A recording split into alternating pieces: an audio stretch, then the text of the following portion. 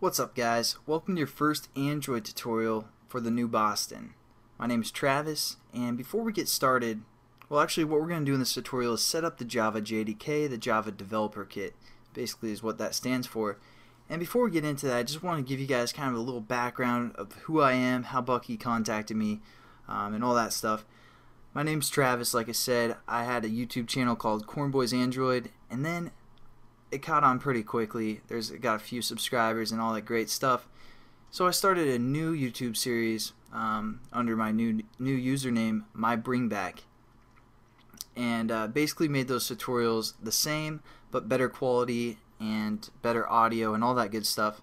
So anyways, one day I'm chilling at my computer and I get this email from Bucky, and he's like, "Hey man, I really want to teach Android, but I have too much time, or I don't have enough time basically, and I was wondering if you could set up a series for me for my channel, The New Boston."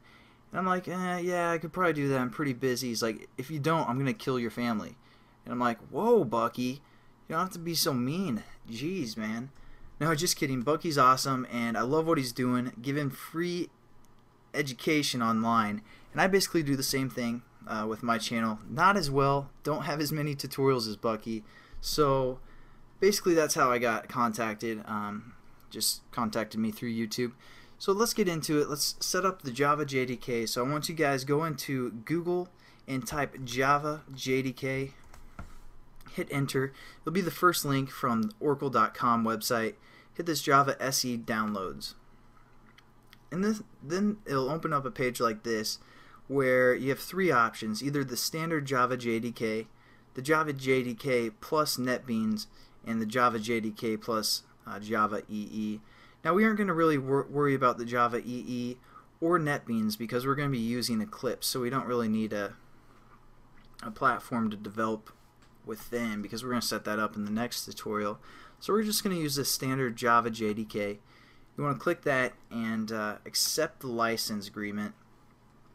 Again, you guys, if you want to read this license agreement, go ahead. It's a good read.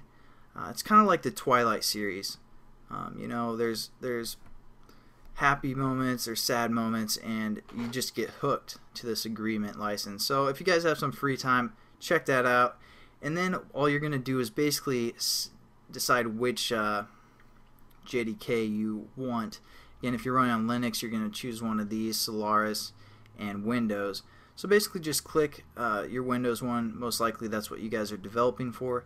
And if you guys are on Mac like I am, you won't actually have to download the Java JDK because basically Apple updates that for you automatically and you won't have to worry about it. But so you can basically skip this tutorial if you guys are running on Mac.